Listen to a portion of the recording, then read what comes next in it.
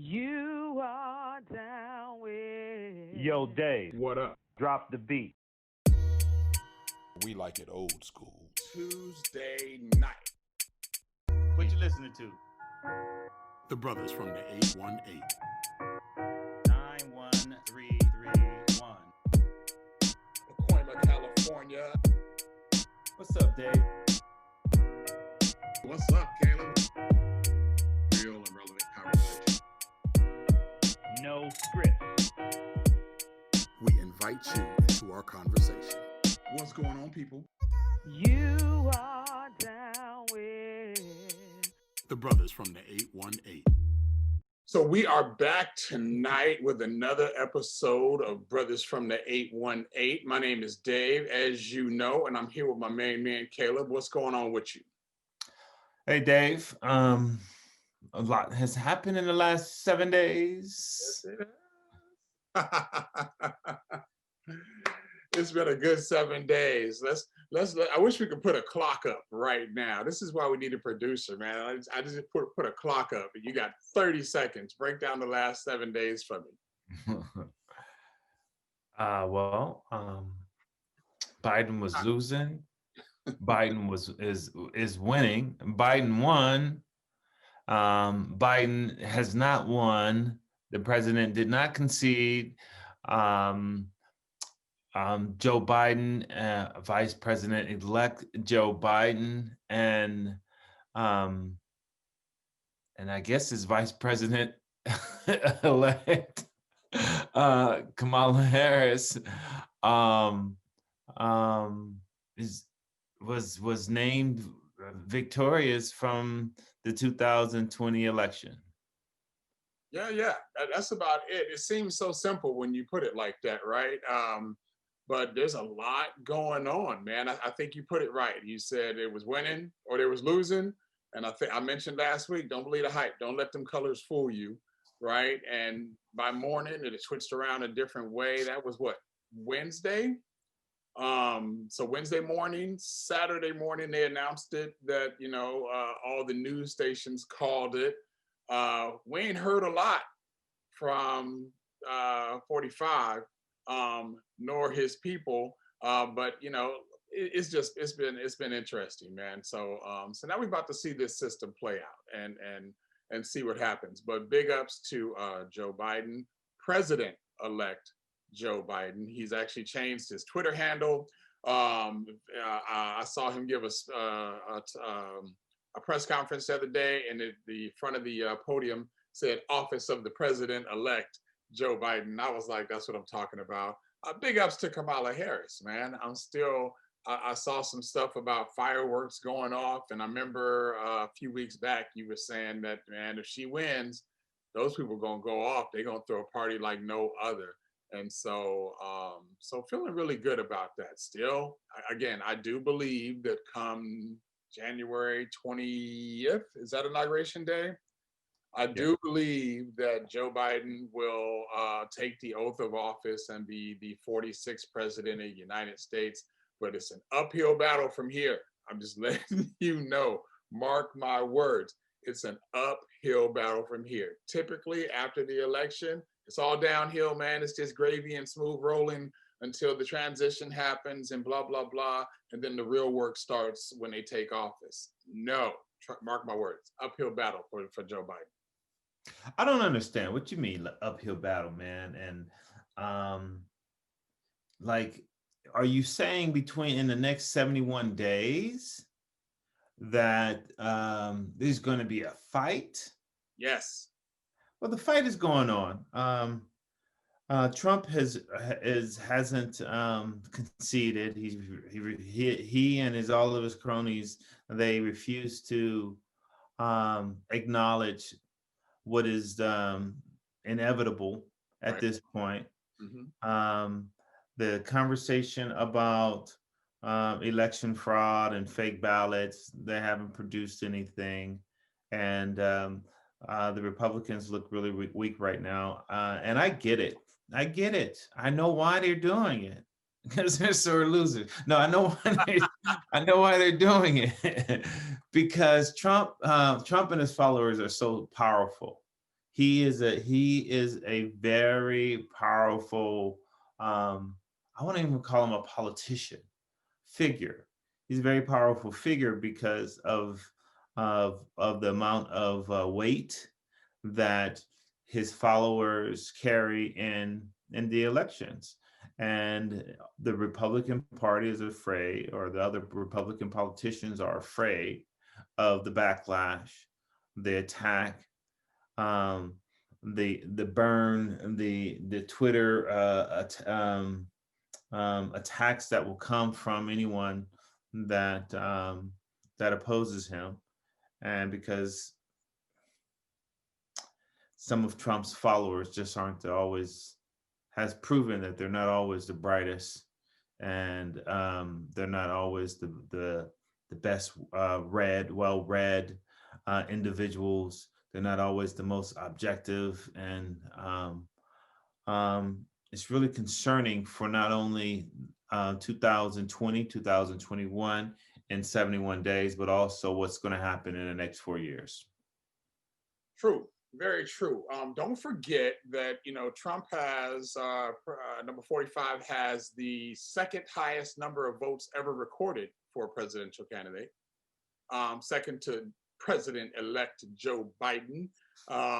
So he's truly captured the Republican heart of this country, right? And so that's hard to undo.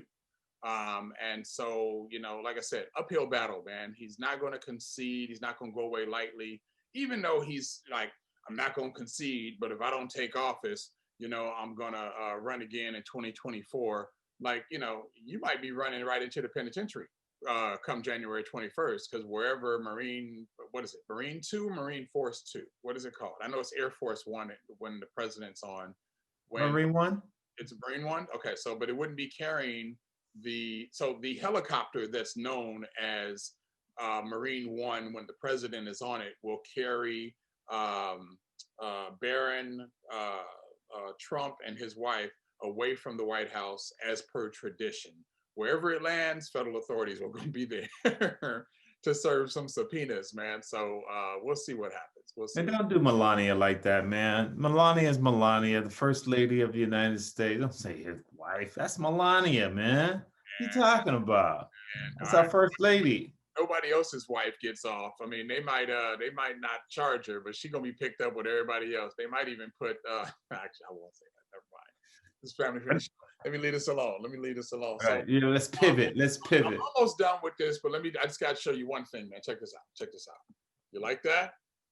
I like that. I like that, man. Like that? Yeah, man. Yeah, 4-4 greater than 4-5. So I love that. I bought that, and I was like, that's the best political shirt I could wear today, as a stamp to everything that's been going on. So we'll just see what happens.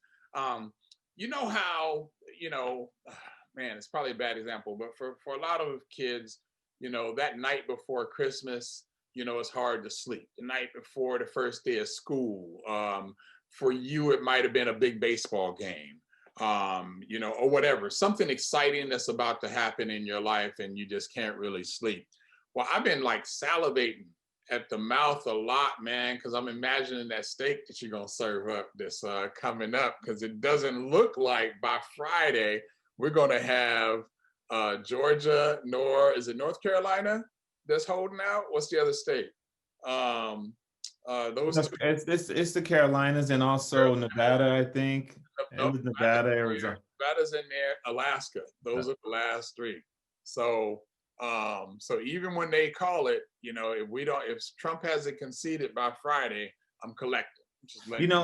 I was confused about that. Okay. Like, do I have to wait for him to concede? I think the bet. I need to go roll the tape. Roll the tape, producer. Roll the tape. Oh, you too.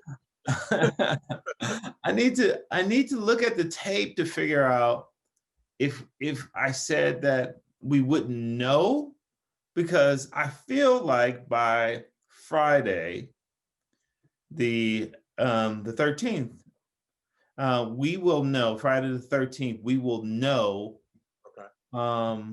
who is our next president. But what did I say in the bet? I'm going to go back and look. I'm going to go back and look. To be honest, I think we said a decision will be made, or all the votes would be in. I don't know. We said something exact. So, I'll put it like this. That steak's going to be good. It just tastes a whole lot better if it's your credit card paying for it. You know what I'm saying? So, because if let me say this. If I'm waiting for 4-5 to concede, it ain't going to happen by Friday. Okay. But if I'm waiting on votes for Fox, CNN, and all the other news outlets to call the president, I feel like I won, right? If we're waiting for the electoral college, well, they don't actually make their vote until December, right? We're not waiting for that. If we're waiting for, but if we're waiting for those other states, those states actually might be done besides at 99%. If you're gonna hold that over my head, man, I'm just gonna go ahead and buy the steak. I'm gonna let you get your rub, whatever rub you want to put on your steak, and I'm gonna watch you enjoy it. I just want dark colors, man. So they got to darken up, and that's what I want to see. I won't even hold you into Pennsylvania lightening back up again because they're talking about the recount and all of that. I dug into that some, but honestly, done with that, man.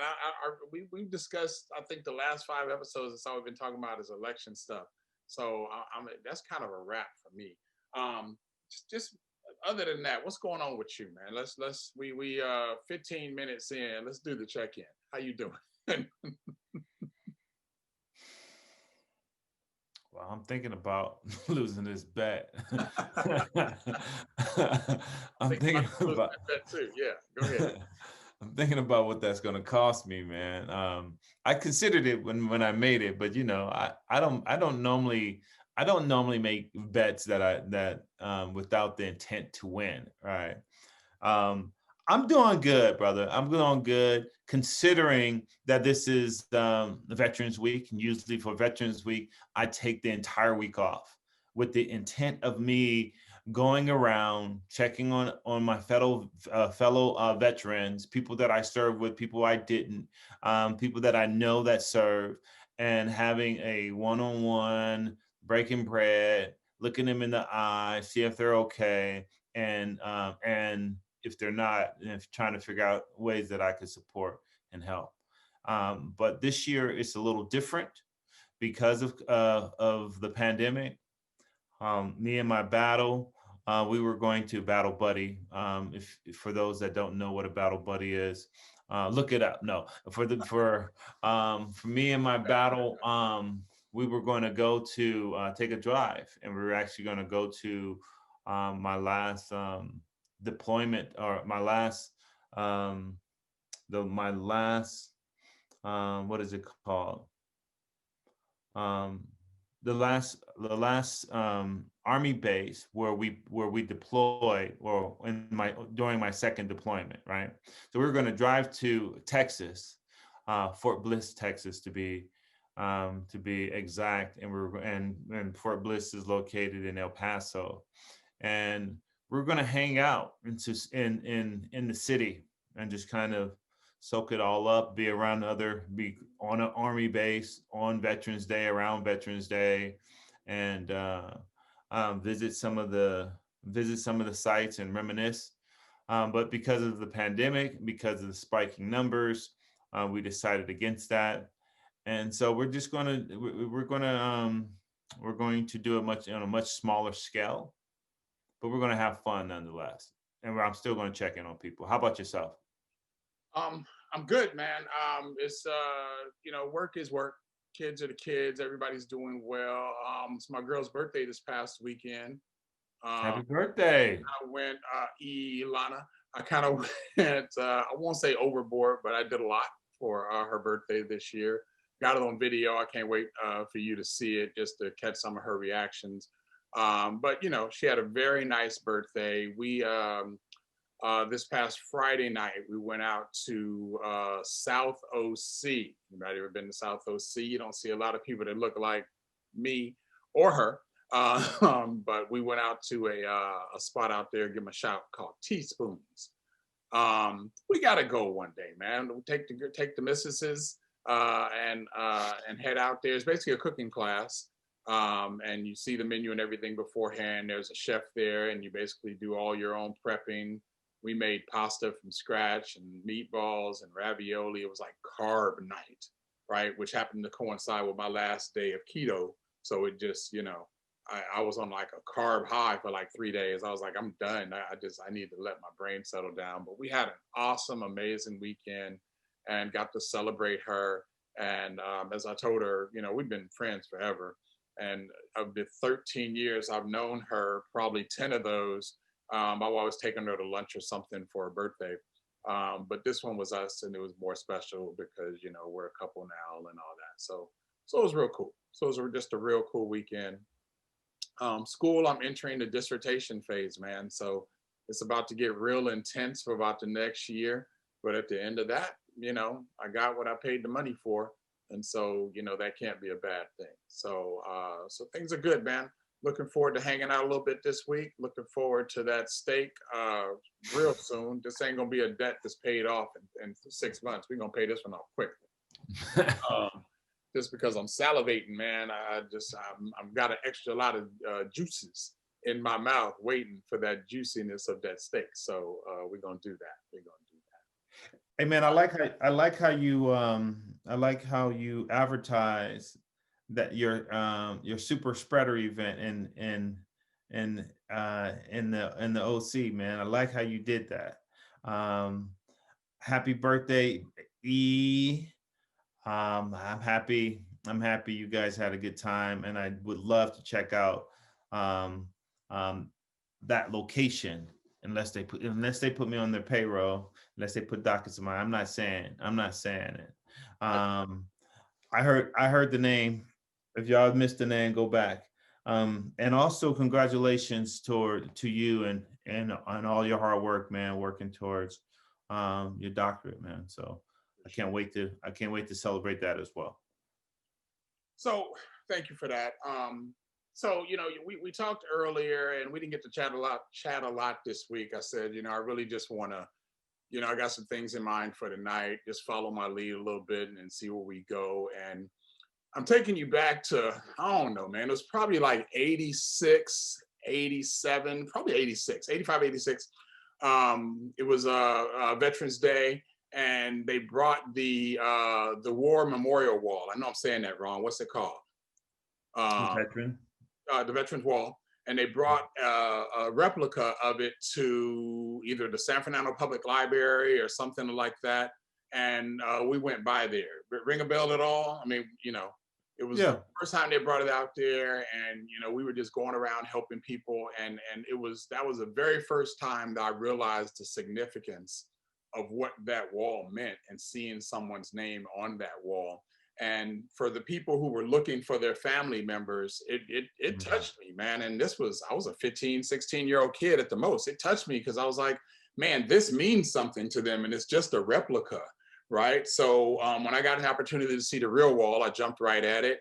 And that feeling stayed with me until, honestly, till you went away. Right. Mm-hmm. And I was talking to somebody the other day. I was like, when Caleb was gone was some of the darkest years for me. And really, I think you weren't there super long. But my concept of war is what you see in the movies.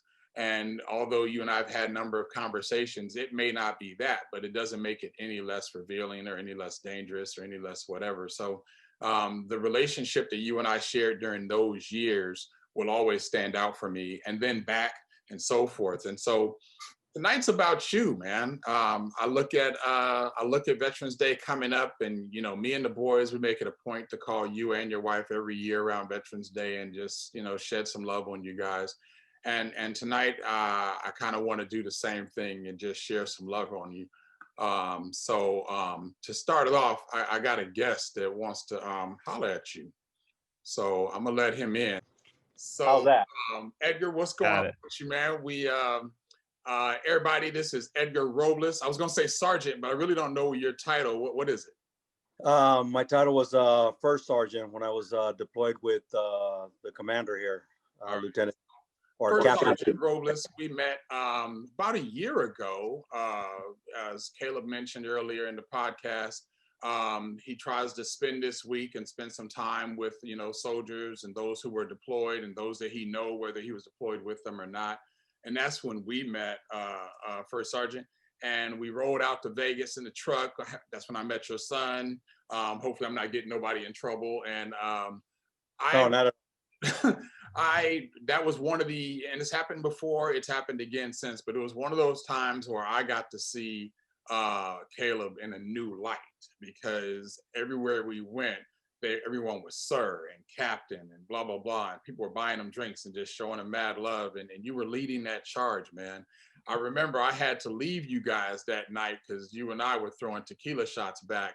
And I was like, look, I can do this with you all night, but the clock has started. So at a certain point, I hit 30 minutes on the stopwatch. I was like, in 31 minutes, I need to be in the room because it's going to be a wrap. And I Googled it, and I knew exactly when I needed to step, and I stepped right then and got to my room, and my butt hit the bed and my head hit the pillow, and it was a wrap until morning, and I don't know what happened. But I wanted to bring you on tonight because, one, welcome to the brothers from the 818. So you're an honorary brother from the 818 tonight, but I really just saw the respect and honor that you gave Caleb that night. And, you know, I'm gonna turn the floor over to you, brother. Whatever you want to say, however you want to share it. You know, it's your time to either talk about y'all experience or share with them a story, or, you know, give them a virtual hug, or whatever you want to do. It's on you, man. So I'll stop talking. Do your thing. First of all, I just want to thank you for letting me on today, and I appreciate that I was able to meet you and have that opportunity to talk with you as well. And I want to thank you. I know you're one of his best friends, and I know he loves you dearly as I do. You know, I love this man. I respect this man, and we've come a long way from when we first met each other. I could tell you a lot of stories, right, sir? I can definitely tell a lot of stories about us. But one thing I really wanted to say to my brother here, my battle buddy, that when we deployed together back in 07 through 09, one of the best experiences I had with this man, soldier, I should say, is just everything that he's taught me, and I've come to learn to respect his ideas, his wisdom, you know, everything that we worked together on. You know, one thing I love about this man is that he was always hard but fair. And I understood that hardness because of how much he cared about everybody, especially our soldiers. That was somebody that I was looking for a long time. You know, I've been in the military for 25 years, and never have I ever met somebody like Cambea that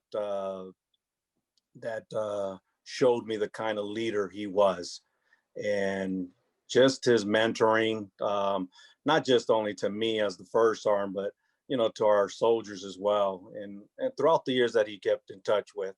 That's one of the things. Like I said, I you know, I'm honored, I should say, that I'm able to spend some time with him and just, you know, have a good time, laugh, cry, talk about stuff that we talk deeply about personally, you know. But like I said, one thing I do cherish the most is his friendship, you know, and that means a lot to me. One of few of my fellow soldiers that actually keeps in touch. We do things, you know, when we can together, even when we took a family trip, you know, with not just myself and his family, but even with our friends and stuff, to get a chance to know who, you know, the commander was.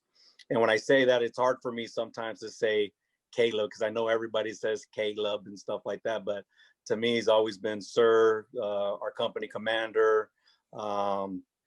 You know, but out of respect for him, even to this day, I know he was on both sides, meaning that he was a non-commissioned officer first, and before he went to the dark side and became an officer.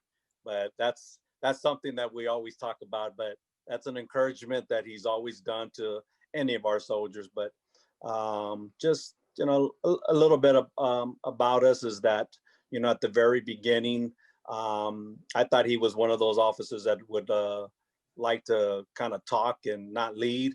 And it was hard for me to try to adapt until he proved me wrong. And once he proved me wrong, oh man, it made me want to be better, you know. So being that, you know, that said, that just, I love you, sir, and I'll continue to love you. And, you know, no matter what, I'm always here for you. And, you know, just, you know how much I love you, man. You know how much respect I have for you. Like I said, there's a lot. But I'm looking forward to tomorrow, you know, where we can spend that time together, you know, as veterans. I want to tell you, thank you for your service, you know, especially on this Veterans Day. Even though, you know, there's people out there that has done their time as well too, and that are fortunate that are not here with us as well too. I want to make a shout out to Staff Sergeant Abuel and Master Sergeant Kelly Ballard, two of our soldiers that are no longer with us. Even though I know it's Veterans Day, but I know we remember them, you know, on Memorial Day. But I know the commander knows how much we feel about, you know, our soldiers, past and present. But I just want to tell you, sir, I know you remember this, so I hopefully that you'll bring your coin with you tomorrow, because, you know, if you don't, the drinks are on you, right, sir? So just remember. But I'll give you a little bit of history about our coins. These are achievement coins that any soldier that is giving for outstanding performance above and beyond at times when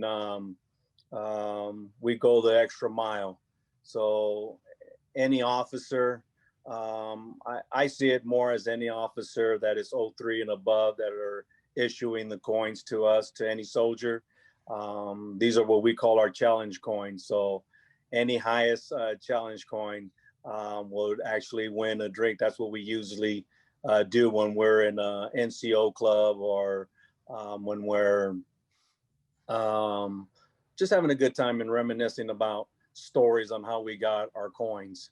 So these coins are actually given, like I said, again, through excellence.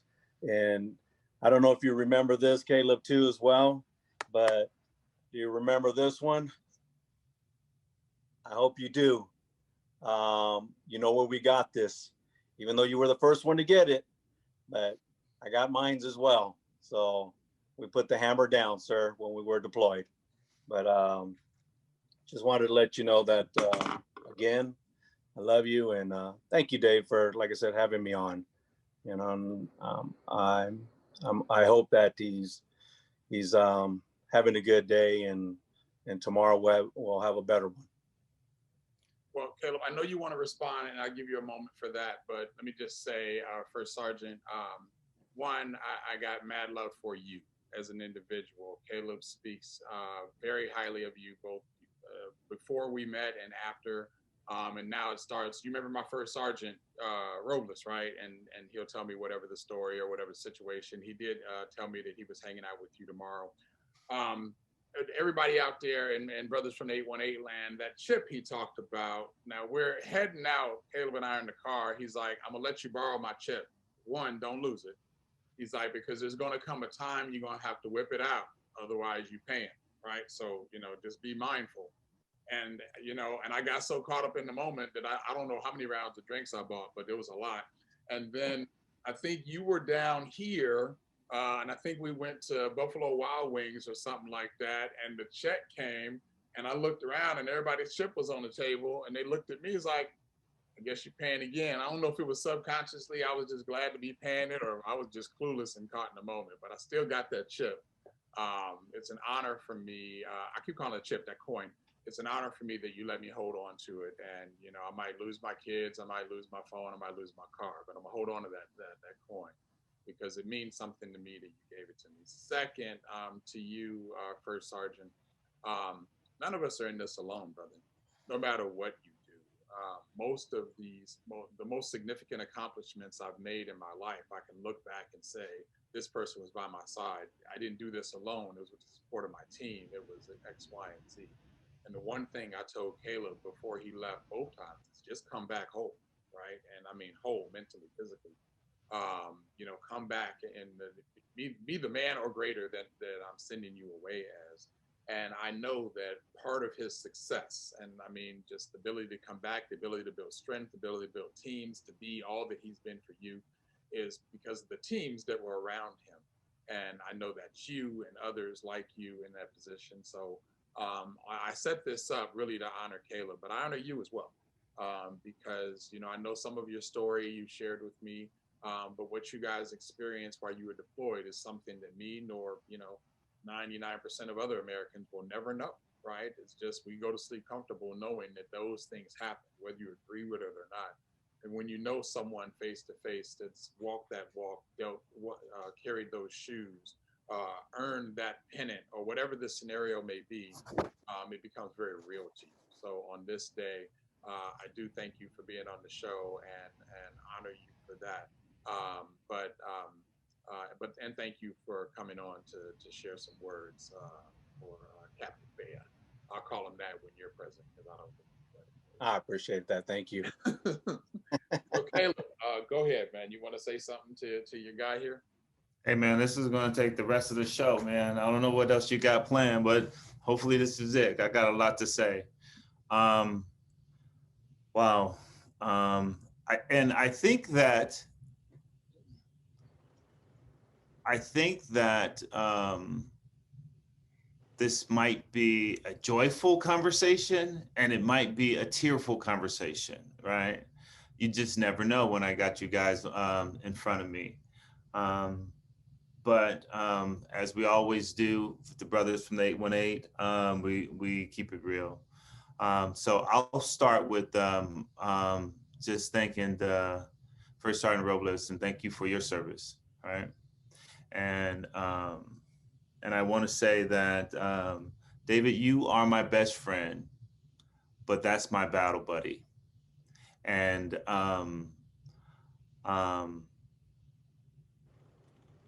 that me and my battle, man, we've had some wars. We've had some wars, right? We went through some wars, and I'm not talking about necessarily in the trenches, ducking from bullets, but also just ducking from the enemy that might even be wearing our same uniform in our formation, right? We might be in war, meaning that we've had some challenges, not he and I, but challenges in what has formed this relationship. And so my first sergeant, he alluded to a couple things, and I'll try to do it in sequence. So I'm a new commander. I just came back from my first deployment, and I was told that I was going to take command of this company in El Monte, California, and I was ready to meet my first sergeant, and I'm in my office, and I'm ready for him to come through the door, and he comes through the door, mean and mad and mugging, right? And we have a conversation. He says something like, man, you don't normally use profanity, man. So we might have to make some exceptions today. If you have me put my boots on, and you have me put my military hat on and my gear on, I might have to revert back to the old me. And a lot of people don't know that guy. A lot of people are not familiar with the soldier. They are familiar with Caleb, right? So how do I say this? Edgar sits down in the seat and he says, "I want to let you know that I don't like officers," right? And he was trying to establish. He was drawing a line. He was drawing a line in the sand, and he was trying to establish some boundaries. And I said, "Well, good, because I don't like officers either." And you need to keep in mind that I had been in the military for already 14 years.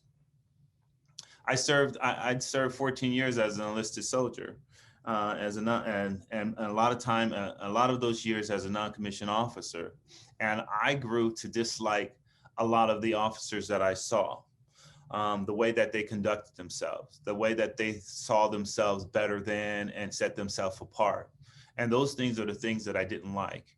And when I took my commission, I accepted my commission as a United States Army officer, I said that I would always be an enlisted soldier wearing the rank of an officer, knowing that I would not surpass my years of service as an enlisted soldier against the years of an officer.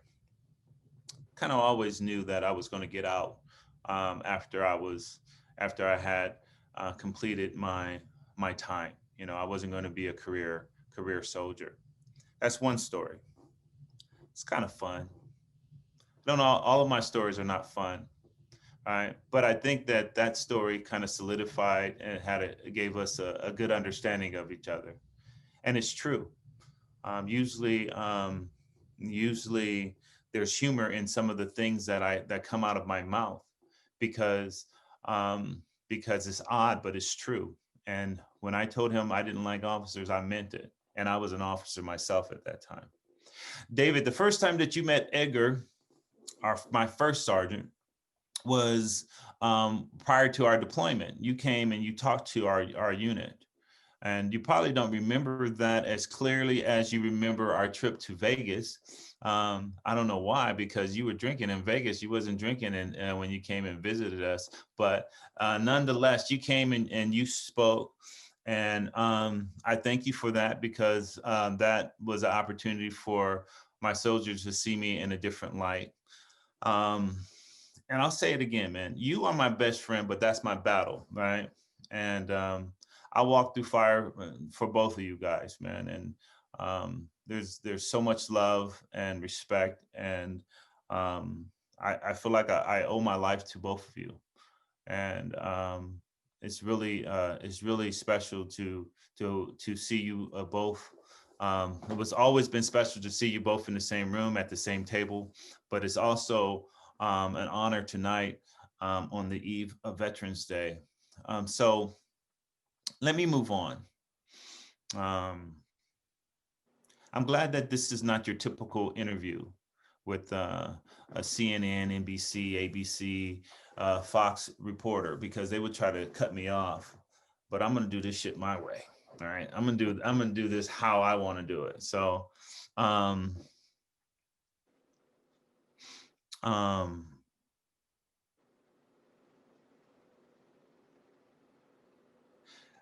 whew. So, First Sergeant and I, we're in Kuwait, and we're about to jump and fly into Mosul, and you know, well, I don't even know where I want to go, man. I don't even know how I want to structure this. And thank you for catching me off guard, because this is something else. First Sergeant mentioned some fallen soldiers that was in our formation, right? And I think about Kelly Boy, Master Sergeant Kelly Ballore, whose name is on front of the building that and I had the honor of being in command at the 137th. And what I'll say about Kelly Boy is really through the eyes of is just really through the eyes of the first sergeant. You know, correct me if I'm wrong, First Sergeant. Kelly Boy was your battle, right? He was your battle before I became your battle, right? Yes, sir. And so I heard stories about Master Sergeant Ballore through you, and what I learned about him is that he was an exceptional soldier and leader, and had the respect of everyone in the formation. And you know, that doesn't happen very often, David. Sometimes people could like you, but the entire formation wouldn't like you, right? But Kelly Boy was the exception, and um, he lost his life serving this country in Mosul, and in 2003, is it 2003? And First Sergeant and I, we were flying. We were in 2008. We were tagged to return to Mosul, and we returned to the same area that the unit was previously stationed. And what I'll share to cut that story short is that I saw so much courage and in you, First Sergeant, and returning to that location and how you led and what it meant to you to be back, what it meant for you to be back in that area, and to be in the first sergeant of the company in 2008. I could not have done it without you. I know that you and I went to a lot of memorials while we served in Mosul, and you know, those are our men and women and husband and wives, and those are family members that didn't have the privilege to return home to their family members. And you know, we always brought back. We tried to protect our formation from those things by making sure that we went right.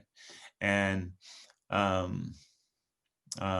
one of the things that I really respect, is that you and I took a lot and shielded the company away from a lot of the would-be harm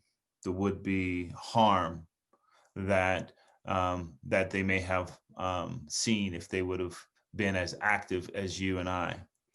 I remember that damn, I can't do it that way. I remember that damn XO that I had in position. All right, Dave, I'm gonna wrap it up. I'm gonna wrap it up soon. I had an XO, Dave, and he disrespected my battle. And First Sergeant, being the man that he is, tried his damnedest to respect the rank. And I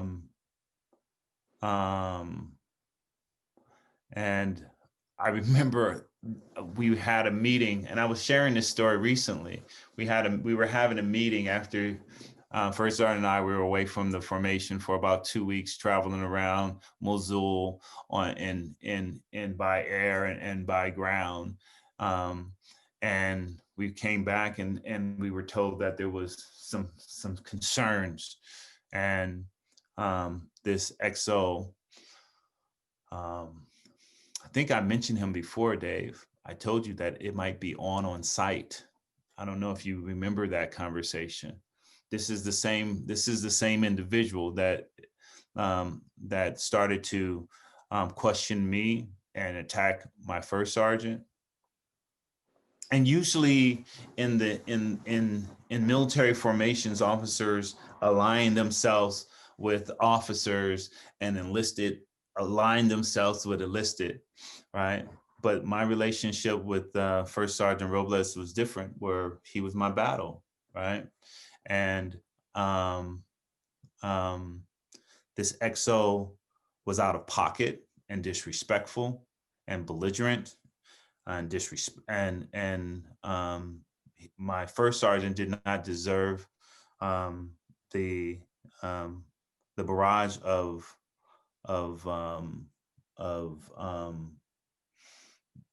disrespect that was being thrown at him, and I simply had to tell him to shut the hell up.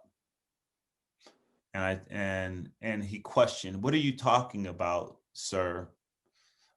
He's an enlisted guy. He's an NCO. I'm an officer." And I told him, I said, "That's my first sergeant, right? Right? More importantly, he was my battle, right? And like I would walk through fire for him, I know that he would walk through fire for me, while this other cat would run and cower." And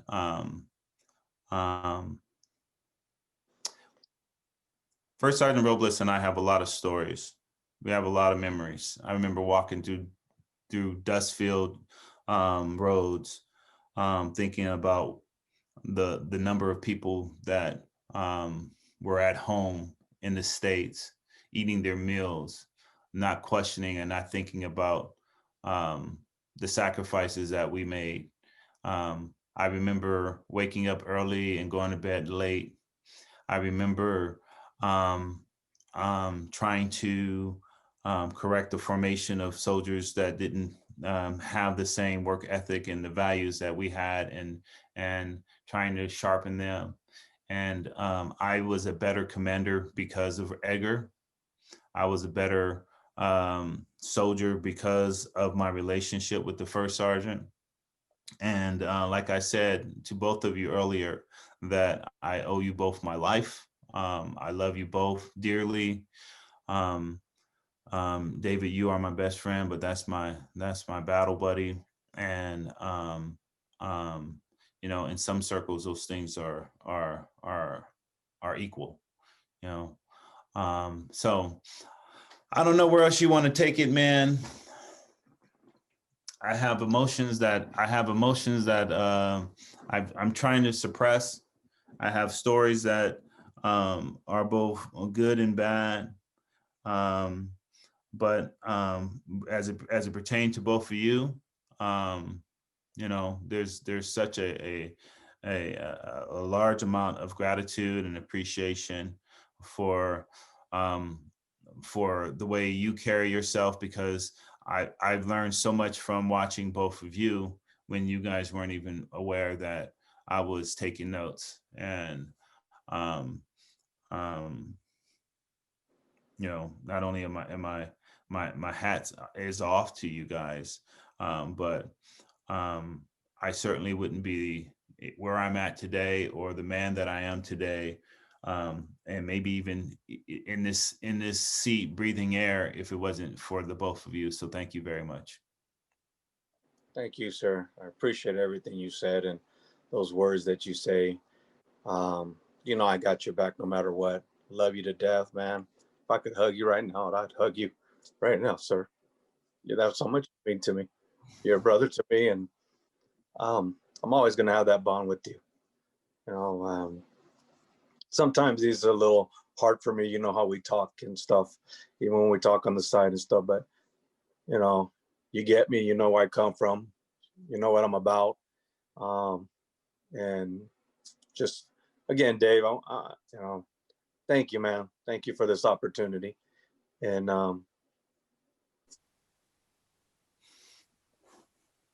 yeah, it's truly my pleasure. Like I said, no agenda, Caleb. This is really showing you some love, because you know how I feel about you. That goes without saying.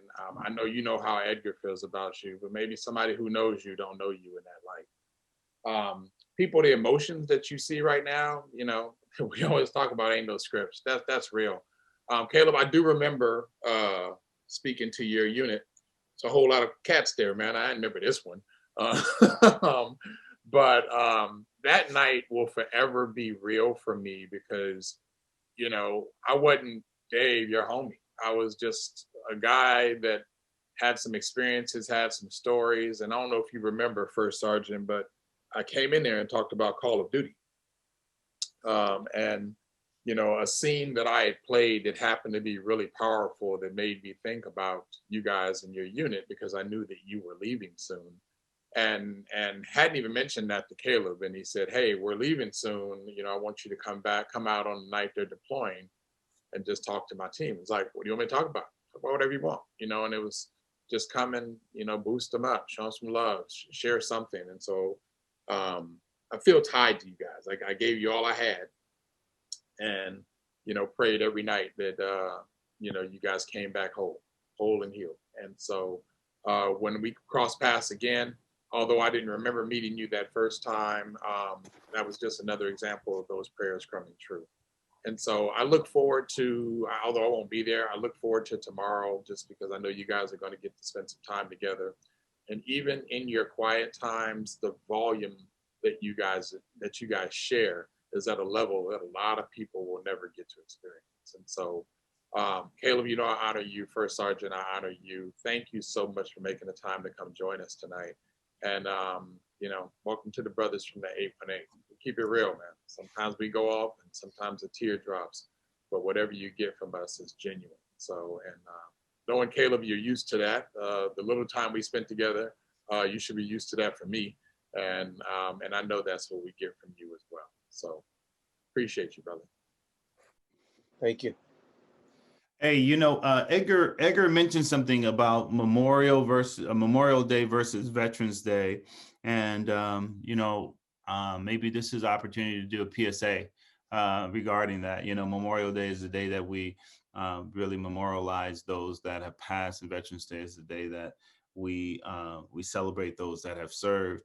Sometimes it's hard, it's blurred, and it's difficult to separate those. You know, there's a lot of people that are that have served that are no longer with us, and there's people that have served that are here and still in a lot of pain. And I'm one of them. All right, you could hear the emotions on from Edgar. I know that. You know, Edgar is probably one of the first people that first men that I told that I love, man. Right. I love this man. I love this man because he and I, we've been through some battles, man. And I'm not talking about bullets over our heads, and those things has happened as well. Right. I'm not talking about IEDs coming over the fence, and those things have happened as well. Right. I'm talking about as you said, Dave, you just never know what a person has gone through unless you've gone through it.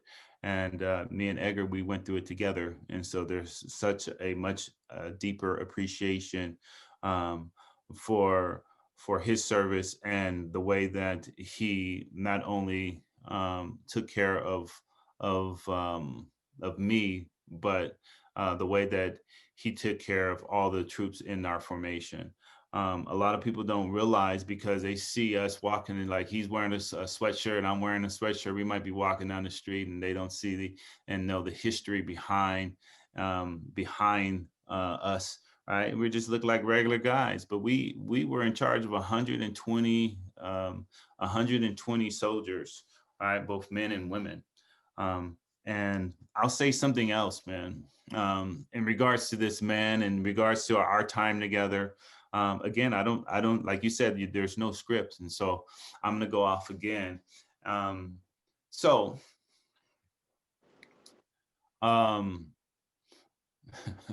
Me and First Sergeant Robles was put together, married at the hip, right? And we were both out of rank. What does that mean? Is that I was still a lieutenant, and he wasn't wearing his diamond as a first sergeant, right? Am I correct, first sergeant? That's correct, sir. Right.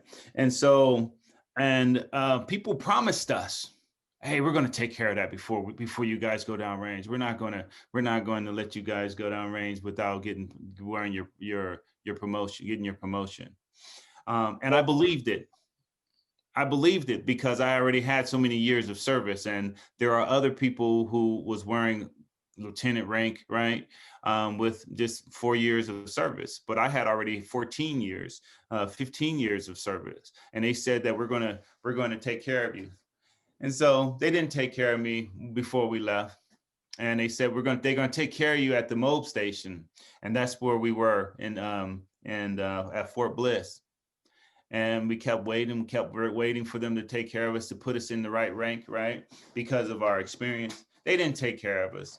So here we are, and I don't know how to explain it other than just layman terms, right? Here we are, now we're in Kuwait, and they said they're going to give you field grade promotions so that you guys could be in your right rank. And we're in Kuwait, waiting for that to happen. They didn't take care of us. So we show up, and we are the least ranked company command set of command and first sergeants throughout the entire region. Let me say that again. Me and my battle showed up, and we are not wearing the rank of everyone in the entire region, yet we are still charged with the same expectations and duties of everybody else. I'm there as a lieutenant, and he's there without his diamond. And I'm certainly a company commander, but I'm not wearing the rank of a captain. And he's certainly a first sergeant, but he's not wearing his diamond. And if you guys don't know what that is, look it up, right? I was a sergeant first class in a first sergeant position. And just as you were, sir, a lieutenant in a company commander's position. And a lot of people don't realize what we've done and what we've accomplished, especially to bring, our soldiers home, and that was our priority, was to bring them home, and especially yours. Yeah, I know we're together as a team, through thick and thin, battle buddies, but a lot of people couldn't pull off what you pulled off, sir. And that says a lot about you, because how committed you were to make it right. And it's an honor for me, sir, to have served with you downrange. And I'm going to share something else, Edgar. First Sergeant David, the odds were against us. Could you imagine? I'm trying to think of a scenario, a parallel in which we have professional players and junior varsity players. It's almost as if we were junior varsity players expected to perform as professional, not because we weren't trained. Keep in mind that we had our years of experience, and we had the support of our company that was dedicated and committed to outshining any opposition and anything, anybody else that was thrown at us. But the odds was against us because of how our rank structure, right? And yes, people didn't give us the same amount of respect. There's conversations that I had with people, and let's call it a battalion commander. Just maybe I'll change the names so to protect the innocent. But there was a battalion commander that didn't like our motto. Our motto was FIDO.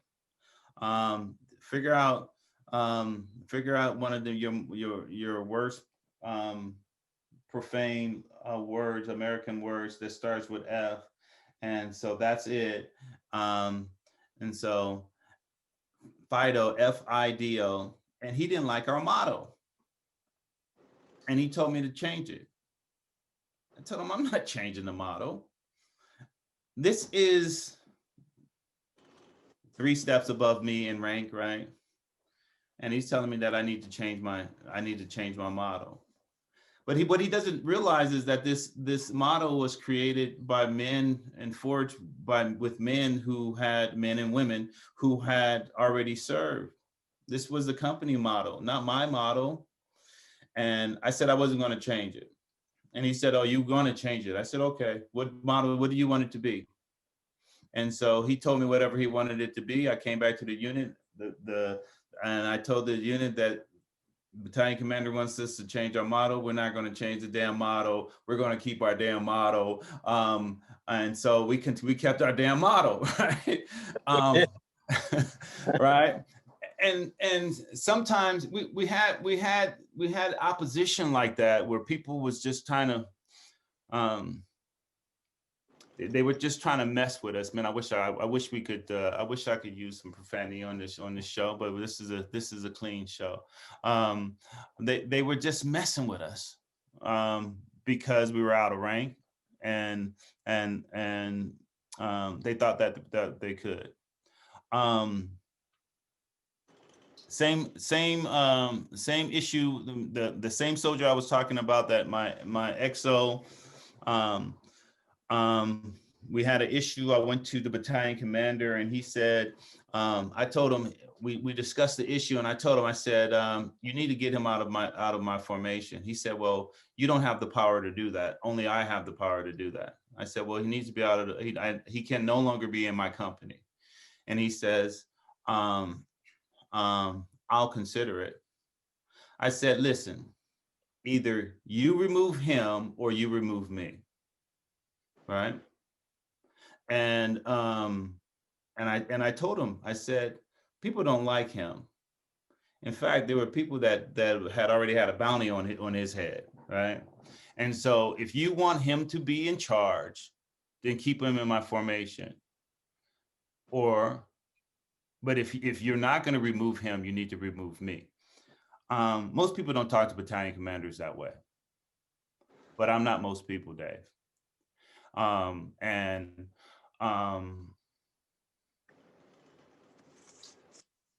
There are battles that we had, Edgar and I, First Sergeant and I. I remember walking through the moonlit dirt field in the middle of the night, crying with this man because of things that we went through. And I share that just because I just want to share a piece of myself, and also share how important First Sergeant is to me, because men don't normally express themselves this way. Men don't normally express love in this way, admiration, and we might say, "I love you, bro. I love you, man. I love you, dude," right? And kind of soften it up, right? But I love this man. I love both of you. And it would do a disservice to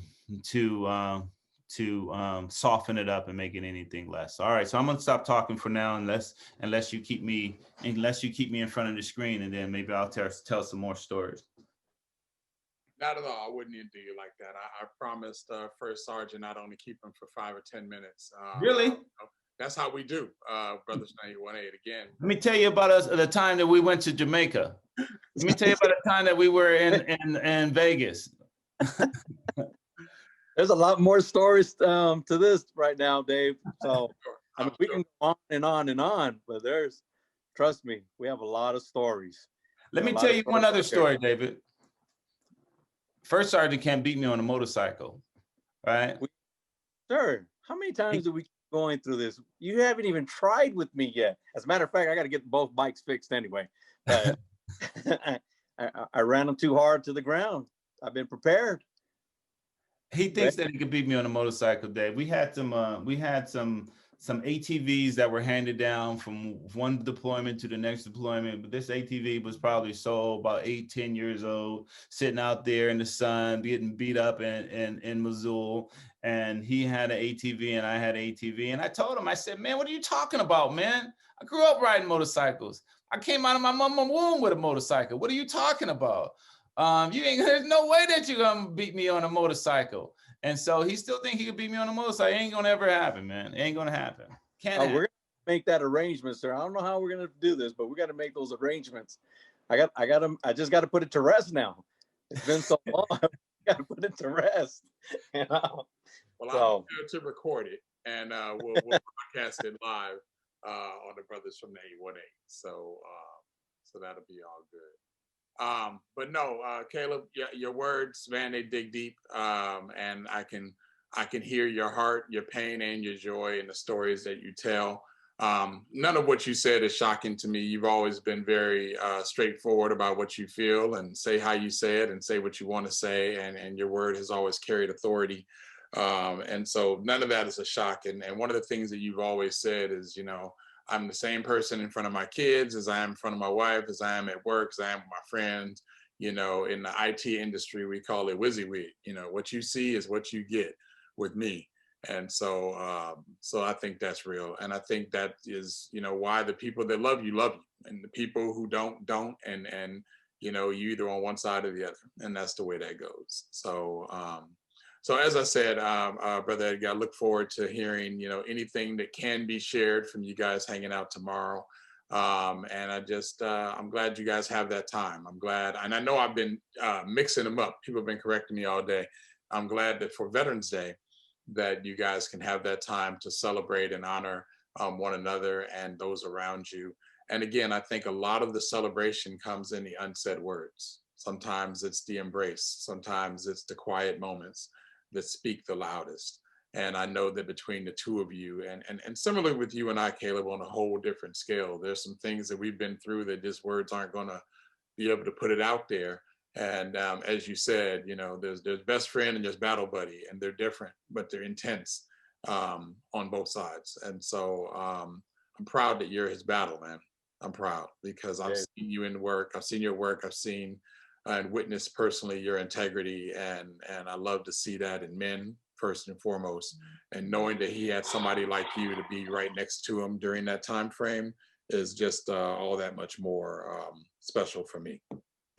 So on that note, brother, I thank you again, and we'll be catching you next time.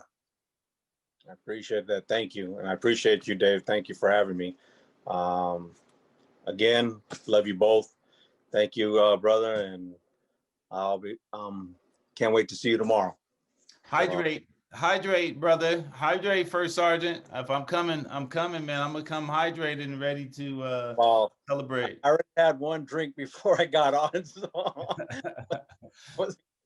I took a Gentleman's Jack with a little bit of what do you call that? Please don't say Jaeger. Please don't say Jaeger. No, I didn't drink that. Trust me, I didn't drink that, but I definitely just Gentleman's Jack. Sorry, my son's gonna walk right behind me right now. Oh, did you? Well, he kind of went down. He kneeled down, so you know that we're talking and stuff. But no, just what was that, ginger ale? That's the word I was looking for. So I had one of those before I got on, just to relax a little bit, just so I know that I'm able to talk to you a little bit better. Like, again, thank you. Love you, brother, and can't wait to see you, and definitely hydrate, because neither you or me are driving anywhere. Oh, excuse me. Sorry, I started to cramp up a little bit because of the seat, but I've been getting some cramps on my legs right now. You know, I don't know, my legs have been acting up, so sometimes I just gotta either stand up or kind of just try to take a hot shower and stuff like that, just so the pain will go away. That's those years of service, wearing, carrying gear and wearing boots. A lot of people don't understand it. I understand it. Thank you for your service, First Sergeant. I don't have years of service. It's called getting old, man. That's all that. He's old too. He's old too. All right, First Sergeant, our paths will cross All right. again, so you be blessed. Bless you. Thank you. You have a good night. Take care now. That was a wonderful surprise, man. I figured that I would talk a little bit about Veterans Day, and I figured that even if I didn't mention him by name, I would talk about my battle. And for you to have him on, that really is special. First Sergeant Robles is someone that I owe a lot to, and he's an incredible individual.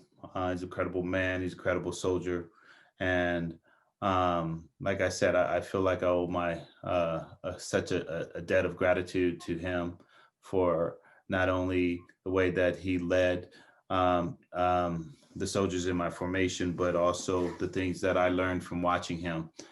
So that man is 100, man. That's my battle. I love him to death. I do know that. Well, I'm not done with you. We're approaching the end, but I think this next person is just going to offer us an interesting perspective on soldiering and deployment and just their knowledge of you. So I'm going to let in our second and last guest for the night before we close up. All right. All right. Then I'd be my daddy. If I could get your daddy, you know I would. I have to sit there with him in front of the computer screen and say, press here, press here. There she is. Hey, Oh, okay, I thought, Shauna, can you hear us? yes, I can hear you guys. All right, eyebrows on fleek, just like you said. That's what I'm talking about.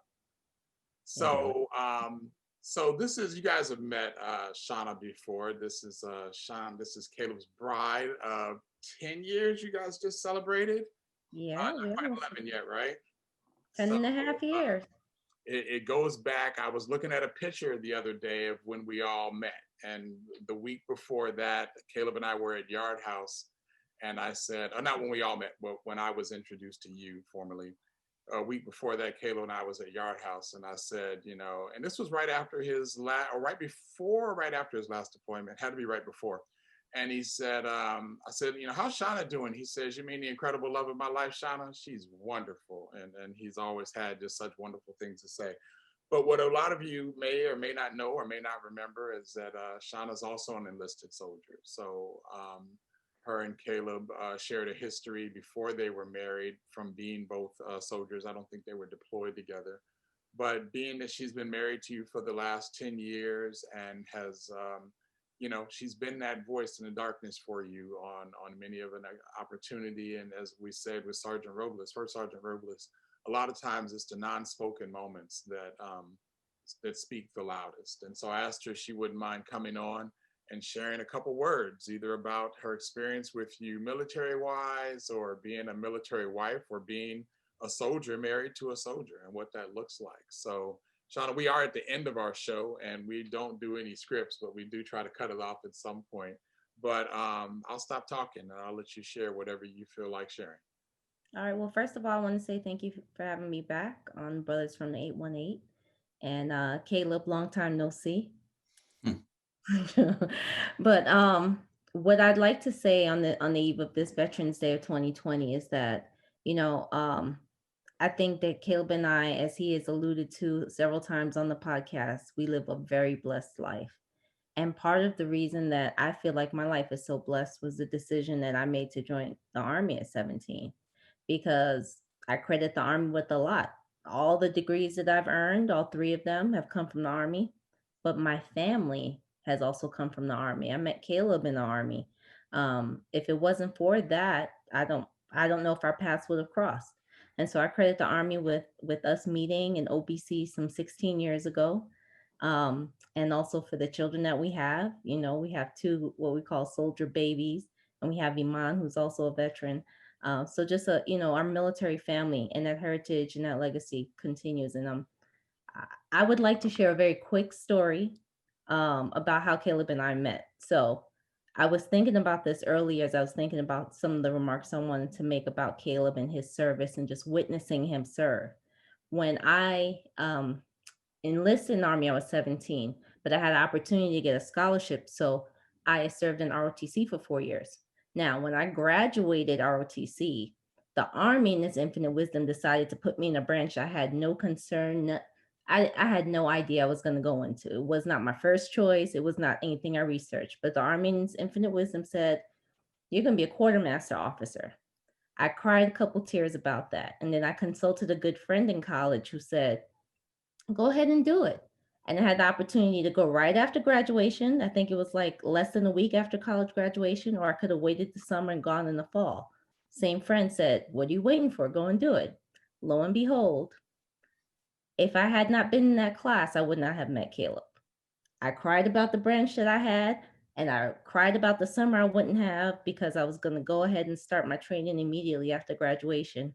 But if things had not worked out in God's ideal plan that way, I would not have met Caleb, because on the second day of class, he was selected as a class leader. He was up front in front of the whole class. And I saw this guy wearing that uniform, standing tall, looking confident, talking to the class, and he attracted my attention. As a matter of fact, it took 2 days for me to notice Caleb. The first day I was so, I guess we were all so busy. I cried to one of my friends. I was like, there's no cute guys in this class. But the second day, once they placed Caleb in front of the class as the leader, I noticed him. I noticed his confidence. And just watching him serve over the time that we've been together, 16 years that I've known him, he's an incredible leader, and just an incredible human being overall. And so I'm really proud to have him as my husband, but also as my brother in arms. And so thanks for giving me the opportunity to shout him out, because I know he's always shouting me out. He does, and I thank you, Shauna, not only for your service, but for the way you said, not only for being a husband and a father, but for a soldier in arms. And I think the power in you guys' household because of that is multiplied exponentially, because you both understand, not only the loyalty and dedication you have to each other, but to this country. Both of you are patriots. You look at the activities, even what's been going on last week and what is likely to move on until the 20th of January, and what we've been talking about the last 6 weeks has a very different view through the eyes of a patriot, through the eyes of someone who's sworn their life in protection of this country. So I appreciate you. Let me just say that on this Veterans Day, or the night before, as we give honor to those that have served, but also because, as my sister, you were willing to come on and give honor to my brother for that. So I'll stop talking. Caleb, you want to say anything? Yeah, man. That's my battle, man. My wife is my battle. She's my battle buddy in marriage, man. I often joke with her that you heard me call her my bride. I call her my rib. She's the mother of my youngest children. She is my compass, and I guess she is also my degree collector. Right? You heard her say that she has 3 degrees, collected 3 degrees from the Army, all of them from the Army, no student debt attached to any one of them, and thank God for that. There's no mistake in my bride is far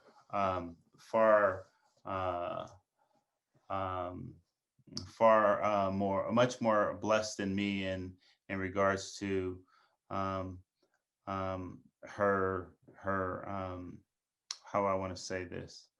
I don't want to give her too much credit. I don't want to give her too much credit. Because it's being recorded, I'll never live it down. But she, like I said, she's my compass. She is the yin to my yang. She is the one who allows me to do the things that allow me to serve others in the way that I do. There's a tremendous amount of sacrifice that comes with a military spouse. and I'm the military spouse these days, right? But she was also a military spouse while I was serving. But there's such a like I was talking about Edgar, there's such a debt of gratitude to David and Edgar, First Sergeant Robles, but there's also, that's my bride, man. And we've been doing it for 10 years. And every day, I know that I'm blessed because of, because she's there, and we're doing it together. So that's my battle buddy in marriage, and I'm looking forward to another. Let me see, how old am I now? Okay, another 40, 50 years, no more than that. Come on, after 50 years, I'm done with it, right? And even if we're still married, you know, even if I'm 99, knocking on 100, you know, no one need to call themselves husband and wife at that, 60 years in, right? People just know. They start looking like each other. They started finishing each other's sentences. But hopefully you don't ever get my stutter and my pauses, Shauna. You are an incredible, you're an incredible soldier. You're an incredible mother. You're an incredible woman. I know that you are the oldest of your sibling group. I am the baby of mine. And I know that they look up to you with so much admiration and respect, and the way that you've carried yourself is just really honorable. And thank you for that, and thank you for allowing me to be the head of this household, and for you to correct me and point me in the right direction when I stumble and go in. So thank you. Thank you. Thank you, guys. Thank you again, brothers, for having me here. Absolutely. Appreciate you. Happy Veterans Day to all the veterans out there too. I told you I'd get you back on the show, Shauna. This doesn't count, but I will be calling upon you at another time to come join us again. You be blessed, sister. I don't know where she's at. I don't even know where she's at. Like, I saw her a couple hours ago. I don't know where she's at. So, All right. thank you for your service, my dear. Thank you for your service. Thank you guys for having me. All right. All right, Shauna. Have a good night. Because if you bring That's it. you bring on a couple more people, man, I don't know what I'm going to do. It's always interesting to see what you have up your sleeve, and so I'm going to start making phone calls now. I'm going to start my surprise show with you, and I'm bringing people out the wood. I'm digging through the crates and bringing people out the woodworks on you, man. Do it. It's all good, man. This show, I've been planning it for a minute anyway. I had a couple other people in mind. I was trying to figure out, how do I get your address book off you without getting your address book off you. But actually, I think, you want to make God laugh, you tell him your plan. And I think, although my thought was to have First Sergeant Robles on for 5 or 10 minutes, I think the 40 or 50 minutes you guys shared was phenomenal. I was happy to just be a fly on the wall, to hear and share and witness your conversation, as I was before. With you and I, there's no competition. I don't feel like I need to establish who I am or who you are or what you do. I really love to see that side of your relationships, and love to experience even a smidgen of the relationships you formed because of that other side of your life. So on this Veterans Day Eve, man, I honor you. I'm glad you're my best friend. I'm glad that you went not once but twice, came home whole and healed in both fashions, and that you're able to, continue your life as a husband, as a father, as a friend, as you're promoting through school, you're promoting through work. You're succeeding, man. You're living life and not just settling for the next day to come. And I appreciate that about you. And it makes me that much more honored to have you as a brother in the 818 with me. And so until the duct tape don't stick and the wheels fall off, I got you. You know that. Hey, man, it's thank you, Dave. I love you. It is an incredible honor to have served.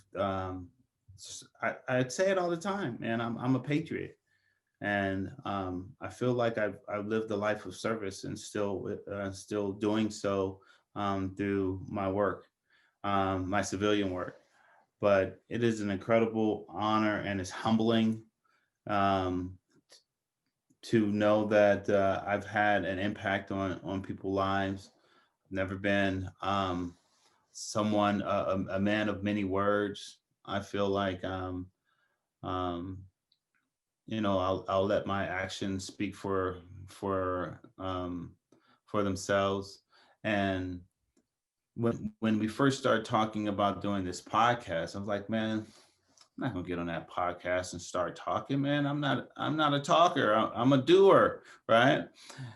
And so anybody in our anyone that are subscribed and they've listened to more than 15 minutes of our podcast, they realize that you're the orator and I'm the color commentary, right? I might pop in a couple jokes, I might say something that's funny, but I'm really not a talker. And I think of myself really as the doer, the person that could be the mouthpiece for those that don't have a voice, and look in the face of those that are tyrants and bigots, and tell them about themselves when others might otherwise let them slide. And I am I'm incredibly proud of my time serving in the military. If I don't have an opportunity at the end, I'll say it now. I just want to thank everybody who's ever put on a uniform, anyone that has ever served, anyone that has ever been a military spouse, anyone that have children that served, anyone that's lost anyone because of service. I just thank you for everything that you did in those lives, and everything that you did in your own life. If you were one of those that served, and your legacy lives through and is woven in the fabric of this nation. And thank you. Got you. This was about you, about you and those like you. I don't want to selfishly put it out there. I think First Sergeant, as well as your wife, are excellent examples of the diverse populations of the military, and those that are, again, doing something that the rest of us take for granted, right? And so on this day, I honor all veterans. I honor you every day, man. Just glad you're in my life. Glad you're my best friend, and I'm glad we are attacking this journey together. So wherever this takes us, however we do it, I got you, and you're by my side, and it's all good. It's all good. So you've been kicking it with the brothers from the 818 tonight. We're gonna close it out brief and quick. I want to let y'all know we are now on Facebook, facebook.com, Brothers from the 818. Side note, brother, I got banned by the FCC. What happened? Yeah, I shot out a text, I guess, to too many people, letting them know that, hey, we are facebook.com/Brothers from the 818. I couldn't send a text message for 6 days. Got straight blocked, right? So couldn't send nothing, right? Had to use alternative means. I could receive texts, couldn't send any out, but that's been lifted. But just so you guys know, we out there. Click, like, subscribe, and press that little notification bell if you like our content on YouTube, you find that engaging. So we're on Facebook now, we're on YouTube, where this one you watch live if you caught it. If not, you'll catch the recast on YouTube. We're streaming on multiple streaming media channels, from Apple Podcasts, Google Podcasts, Spotify, iHeartRadio. Still waiting on our Amazon subscription to come through. And we're just gonna keep doing our thing the way we do it. So stay tuned. We got some more engaging content coming up. Now the selection's over. I'm gonna rep the shirt one more time, show y'all that 44 is greater than 45, and we're gonna believe in 46 to continue the legacy that 44 began and beyond. How about that? For the rest of you guys, y'all take it easy tonight. As I've been saying, love yourself, love someone else. If you know, we all know somebody that's served. Just find a moment to reach out. I remember the one time I was with you, Caleb, and somebody that I knew saw you walk up and just paused and turned and shook your hand. They said, "Hey, thank you for your service." First time I'd ever heard anything like that. First time I definitely heard something like that in relation to you. And I was like, what's that all about? But, I was quickly educated, and I too, thank you for your service, man. For you, for any soldiers that stood by your side, that are still standing, or for those unfortunately aren't with us anymore, I thank them as well. My last little ad, I remember right after one of your, I think it was your first deployment, we went to some restaurant in Whittier, and the woman that was waiting on us recognized you, and she's like, "You're Captain Bear, right?" And you were like, "Yes, ma'am." And she was like, you took my husband to such and such, and you brought him home safe." And she said, "Your money's no good here." And we had some drinks, we ate some food, and she took care of us. And like a month later, 2 months later, I went there with Ernest and was like, "Hey, they got some good chicken over here. Let's go over here." And she recognized me from being with you.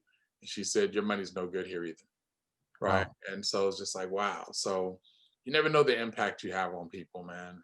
And I only pray that you and I can have that same impact on our viewers as we continue to grow this channel, to grow our brand, and to grow the brothers from the 818. All right. Thank you, Dave. Thank you, brother. I appreciate it. Thank you for getting, pulling together my rib, my bride, my degree collector, both my battle buddy in marriage, and my and First Sergeant Rolla is my battle buddy in combat. Gotcha. For the rest of y'all be blessed. You've been kicking it with the brothers from the 818, and on that note, we are out. Peace. You are down with The brothers from the 818.